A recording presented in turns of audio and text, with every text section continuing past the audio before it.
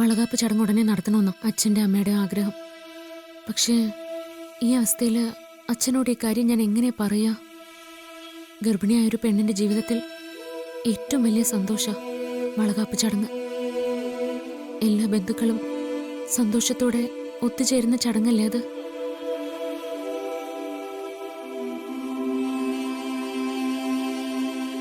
അവന്തിയടുത്ത് ഈ കുത്തിത്തിരിപ്പുണ്ടാക്കുന്നത് കാരണം അച്ഛനോട് ഇതെങ്ങനെ പറയുമെന്നുള്ള സംശയത്തിലാണ് ഞാൻ. അതിനെന്താ സംശയിക്കുന്നേ? ഗർഭിണിയായിരിക്കുമ്പോ നടത്തേണ്ട ചടങ്ങല്ലേ അത്. ഏട്ടത്തി, നമ്മള് മുൻകൈ എടുത്ത് തന്നെ ആ ചടങ്ങ് നടത്തണം. കാര്യം പറഞ്ഞ അങ്കിളിന് മനസ്സിലാവില്ലേ? ഇവിടെ ഇത്രയും പ്രശ്നങ്ങൾ ഉണ്ടായ സ്ഥിതിക്ക് എങ്ങനെ പറയുമെന്നുള്ളതാ എന്റെ പേടി. ആരെ പേടിക്കാൻ?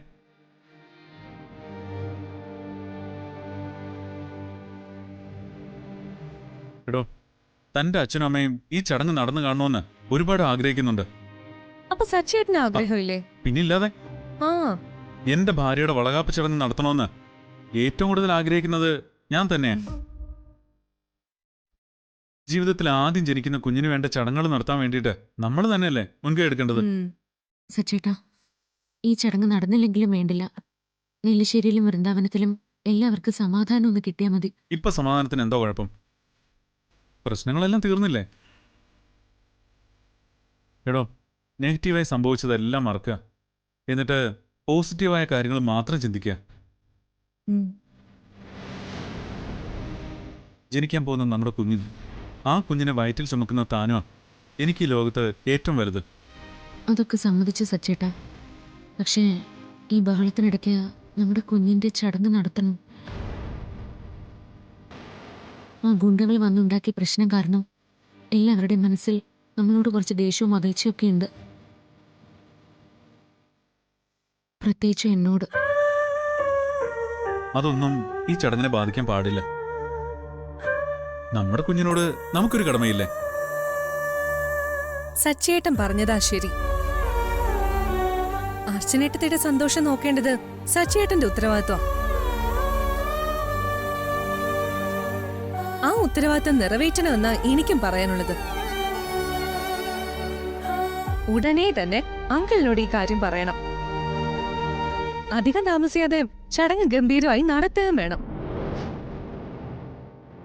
ഇംഗ്ലീശ്ശേരിയില് പുതിയ സന്തോഷങ്ങൾ വരട്ടെ. ആ, എന്നാ പിന്നെ നിങ്ങൾ സംസാരിക്കേ, ഞാനും കൂടി ചെല്ലട്ടെ.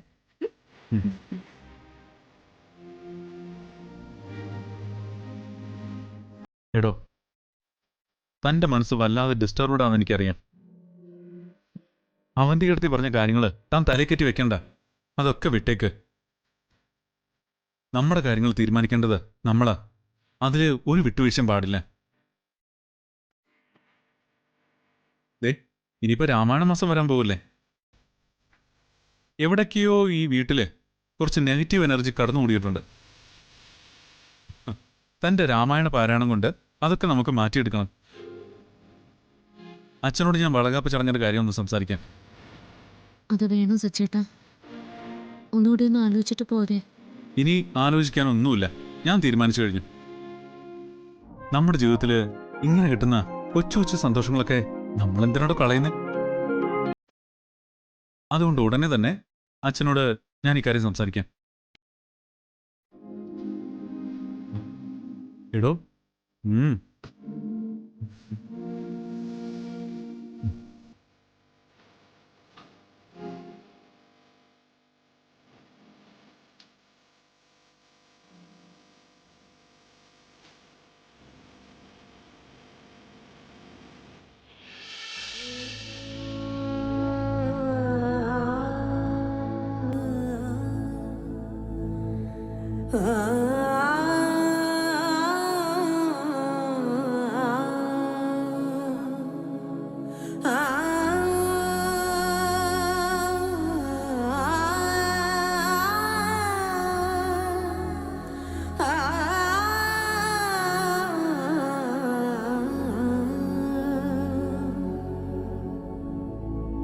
സരി ഗ രെ ഗ രെ ഗ രെ സ ധ സരി ഗ सरे गरे स पा गरे गरे स प गरे धा सरे गरे ग प द प द सरे गरे स द प गरे स ध सा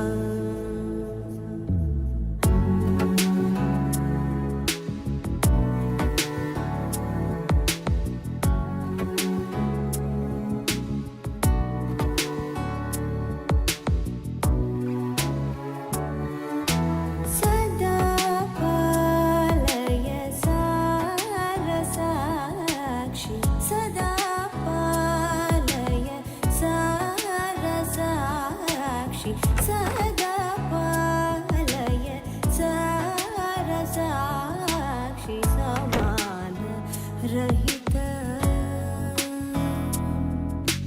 समान रहित मोहनांगी सदा पालय सारसाक्षी समान रहित समान रहित मोहनांगी सदा पालय सारसाक्षी समान रहित मोहनांगी सदा पालय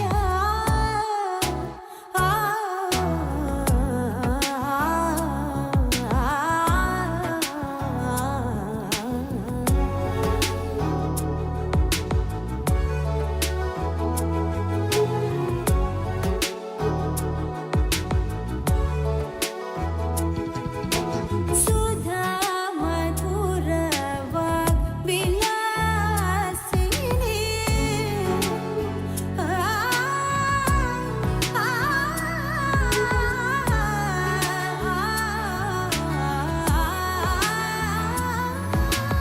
सदा पालय सारसाक्षी समानरहित मोहनांगी सदा पालय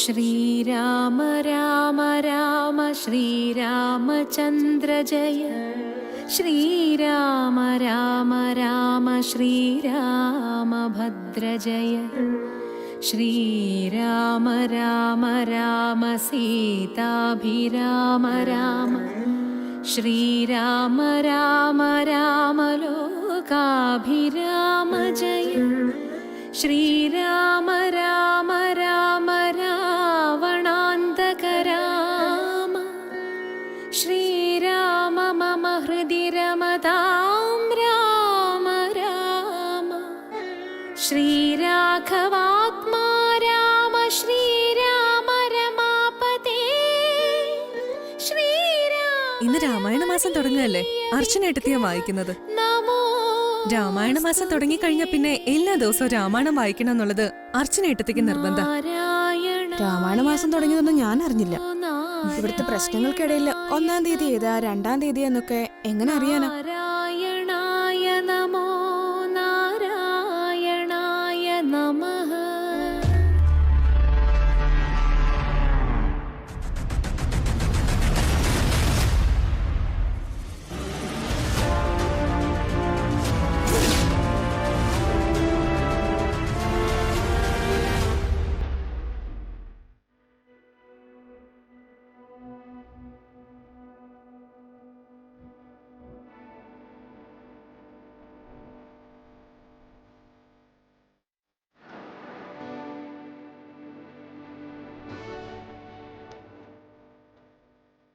ഇന്ന് രാമായണ മാസമാണെന്ന് അച്ഛൻ ഓർത്തില്ല. പക്ഷെ അർച്ചന അത് മറന്നില്ല. എത്ര നാളായി ഇതുപോലൊരു നാമജപം ഈ വീട്ടിൽ മുഴങ്ങിയിട്ട്.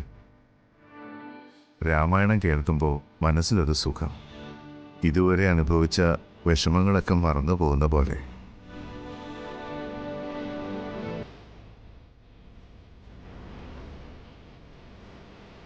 പിന്നെ മനസ്സിന്റെ സുഖം എല്ലാം ഞാൻ ശരിയാക്കി തരുന്നുണ്ട്. ഉം. ഉം.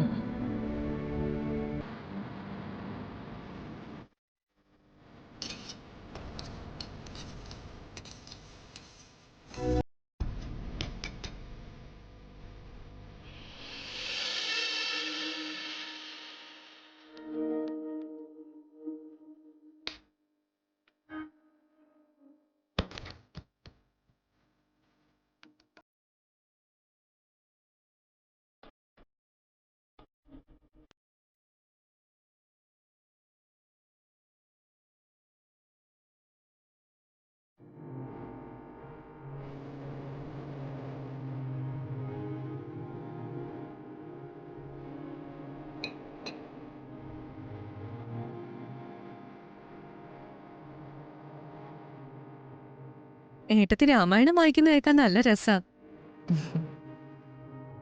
അച്ഛൻ ചായ കുടിച്ചോ? ഇല്ല, ദേ എടുത്തു വെച്ചിട്ടുണ്ട്. ഞാൻ കൊണ്ടേ കൊടുക്കട്ടെ? ഉം.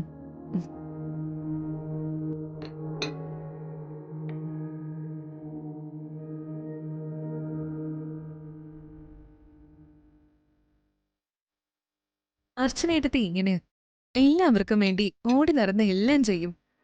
ആരോടും ഒരു പരാതിയും പറയില്ല. പാവം എന്തൊക്കെ കഷ്ടപ്പാടാ അനുഭവിച്ചത്.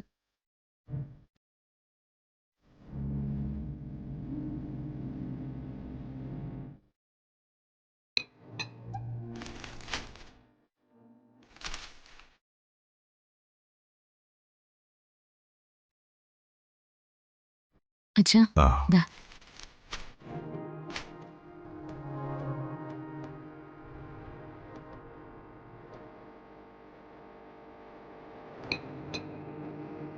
ഒരുപാട് നാളുകൾക്ക് ശേഷം ഈ വീടിന് ഇന്ന ഒരു പുത്തൻ ഉണർവുണ്ടായത്. രാമായണം കേൾക്കുന്നത് തന്നെ ഒരു പുണ്യ. എല്ലാ വർഷവും രാമായണ മാസത്തിൽ ഞാനിത് ചെയ്യുന്നതല്ലേ? അത് മുടക്കുന്നത് ശരിയല്ലെന്ന് എനിക്ക് തോന്നി. എന്തായാലും നന്നായി മോളെ.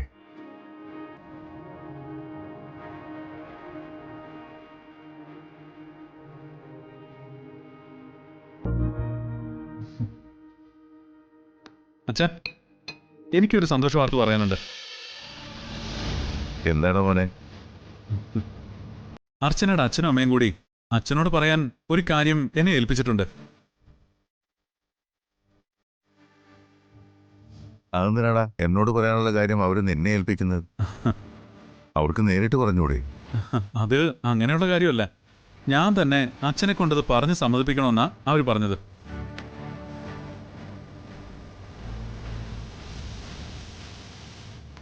എന്താ കാര്യം? അർച്ചനയുടെ വളകാപ്പ് ചടങ്ങ് നടത്തുന്ന കാര്യ.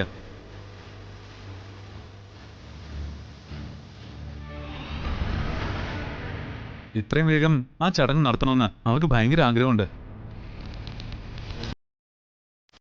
ഓ, അപ്പൊ അർച്ചനയുടെ വളകാപ്പ് ചടങ്ങ് നടത്താനുള്ള പദ്ധതിയാണ്. അതിനിപ്പോൾ ഇവിടെ ആർക്കാ തടസ്സം? എത്രയും വേഗം ആ ചടങ്ങ് നടത്താം. എന്നാ ഞാൻ അവരെ വിളിച്ച് പറഞ്ഞേക്കട്ടെ? അതിനെന്താ, വിളിച്ചു പറഞ്ഞേക്ക്. ജോൽസിനെ കൊണ്ട് നല്ലൊരു മുഹൂർത്തം നോക്കി നമുക്ക് ഉടനെ ചടങ്ങ് നടത്താം. ആ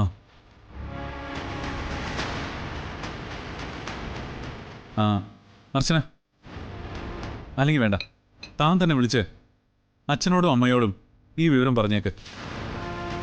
എത്രയും വേഗം നല്ലൊരു മുഹൂർത്തം കൂടി നോക്കാൻ പറഞ്ഞേക്ക്. ശരി, ഞാൻ ഇപ്പൊ തന്നെ വിളിച്ച് പറയാം.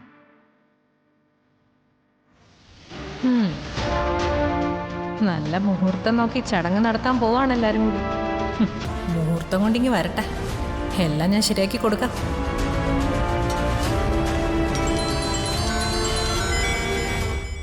അമ്മയുടെ ഫോണാണല്ലോ റിങ് ചെയ്യുന്നത്. അച്ചുമോളായിരിക്കും.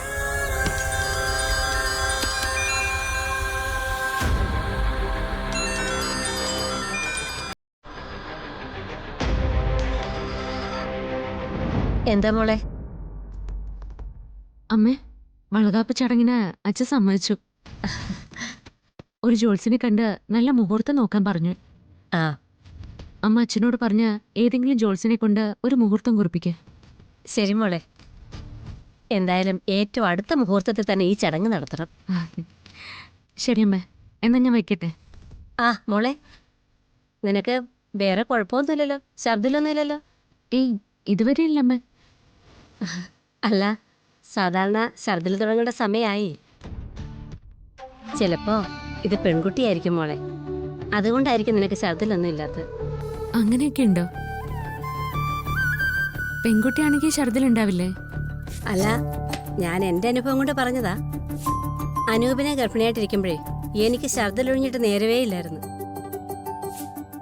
എന്തു കഴിച്ചാലും എനിക്ക് ഓക്കാനും വരുമായിരുന്നു. പക്ഷെ നിന്റെ ആതിരയുടെ കാര്യത്തിൽ എനിക്ക് ഒരു വിഷമം വന്നിട്ടില്ല. ഛർദിലുണ്ടായിട്ടേ ഇല്ല. അപ്പോ എനിക്ക് മോളായിരിക്കോ? പക്ഷേ ആ മലമുകളിലെ ക്ഷേത്രത്തിലെ തിരുമേനി പറഞ്ഞത് ആൺകുട്ടി ജനിക്കുന്നാണല്ലോ. ആ, ഞാൻ എൻ്റെ കാര്യം പറഞ്ഞതേ ഉള്ളൂ. നിന്റെ കാര്യം എങ്ങനെയാ സംഭവിക്കുന്നത് നമുക്കറിയില്ലല്ലോ. ഹാ, എന്തായാലും ദൈവം തീരുമാനിച്ച പോലെ തന്നെ നടക്കട്ടെ. ആ, എത്രയും പെട്ടെന്ന് മുഹൂർത്തം കുറിപ്പിച്ചിട്ടേ ഞാൻ മോളെ വിവരം അറിയിക്കാവേ. ശരി അമ്മ. ശരി.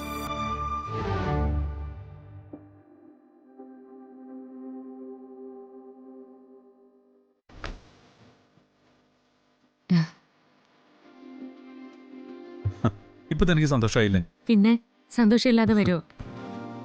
ഇപ്പൊ തനിക്ക് എന്ത് തോന്നുന്നു? ഒരു മസാല ദോശ തിന്നാൻ തോന്നുന്നു.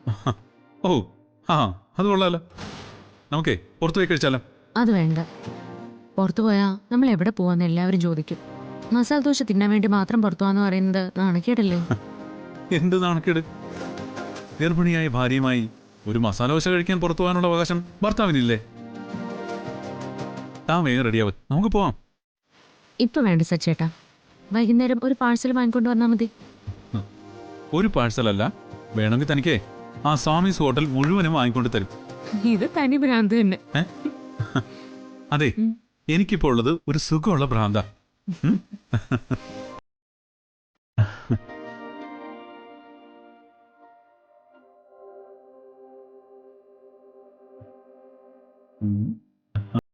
ഇതൊന്ന് കഴിഞ്ഞിട്ട് വേണം. എന്ത് കഴിഞ്ഞിട്ട്? അടുത്ത മസാല ദോശയുടെ സീസൺ തുടങ്ങാൻ. മസാല ദോശ സീസൺ 2. അങ്ങനെ ഓരോ വർഷവും ഓരോ സീസൺ. ഒന്ന് പോ സച്ചേട്ടാ അവിടുന്ന്. നമുക്ക് നോക്കാന്നേ.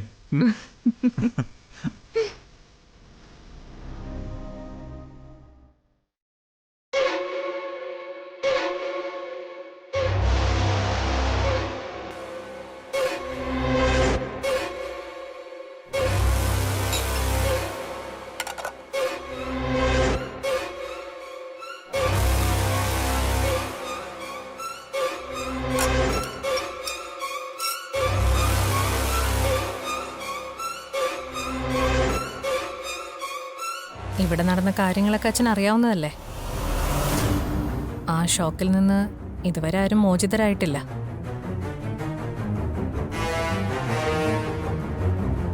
ഞാൻ പറയുന്നത് തെറ്റാണെന്ന് അച്ഛന് തോന്നുന്നുണ്ടോ? ഇല്ല, എല്ലാവരുടെയും വിഷമം എനിക്ക് മനസ്സിലാവുന്നുണ്ട്. ആ ജോത്സ്യം പറഞ്ഞതും വെറുതെ ആയിരിക്കില്ലല്ലോ. ദൈവത്തിന് പോലും ഇഷ്ടപ്പെടാത്ത ജന്മം അർച്ചന്റെ വയറ്റിലെന്നാ അദ്ദേഹം ഉറപ്പിച്ചു പറഞ്ഞത്. എല്ലാവരുടെയും മനസ്സമാധാനം നഷ്ടപ്പെട്ടിരിക്കുന്ന ഈ സമയത്ത് അവർക്ക് മാത്രം ആസ്വദിക്കാൻ ഇങ്ങനൊരു ചടങ്ങ് അത് വേണോ അച്ഛാ? എൻ്റെ നന്ദേട്ടൻ കിടക്കുന്ന കിടപ്പ് കണ്ടിട്ട് എനിക്ക് സഹിക്കാൻ പറ്റുന്നില്ല. സ്നേഹയാണെങ്കിൽ ഏത് നിമിഷവും എൻ്റെ അടുത്ത് വന്ന് കരച്ചിലോട് കരച്ചില്ല. ഞാൻ എന്താ അച്ഛാ ചെയ്യേണ്ടത്? ഇപ്പോഴത്തെ സാഹചര്യങ്ങൾ വെച്ച് നോക്കുമ്പോൾ ഇതുപോലൊരു ചടങ്ങ് നടത്താനുള്ള മാനസികാവസ്ഥയിലല്ല ഞാനും. എന്നാലും അർച്ചനയ്ക്കും വീട്ടുകാർക്കും ഒക്കെ ഈ ചടങ്ങ് നടന്നില്ലെങ്കിൽ സങ്കടമാവില്ലേ? അതിനേക്കാൾ വലുതല്ലല്ലോ അച്ഛാ നമ്മുടെ ഇപ്പോഴത്തെ അവസ്ഥ. അവർക്ക് കാര്യങ്ങൾ പറഞ്ഞ് മനസ്സിലാവില്ലേ? അച്ഛൻ തന്നെ അവരോട് സംസാരിച്ചാൽ മതി. നമ്മുടെ വിഷമവും ബുദ്ധിമുട്ടും അവർക്ക് മനസ്സിലാവും. എന്തായാലും ഞാൻ അവരോടൊന്ന് സംസാരിക്കാം, എന്നിട്ട് ഉചിതമായൊരു തീരുമാനത്തിലെത്താം. ഉം.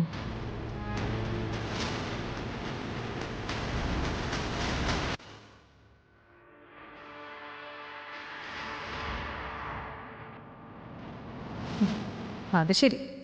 അപ്പം ഞാൻ ഇത്രയും നേരം വേദാന്തം ഓതിയതൊന്നും കിഴവൻ്റെ തലയിൽ കയറിയിട്ടില്ല. സാരമില്ല, എന്തെങ്കിലും ചെയ്യാം.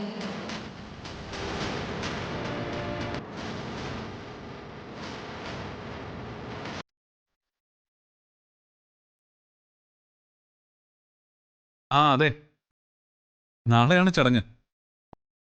എന്താ? ഓ ഉണ്ടുണ്ട്. അതൊക്കെ ഡോക്ടർ നേരിട്ട് എന്നെ അർച്ചനയോട് ചോദിച്ചോളൂ. ആ ഡോക്ടർ വരില്ലേ? ആ എവിടെ പോന്നു? ആ ശരി.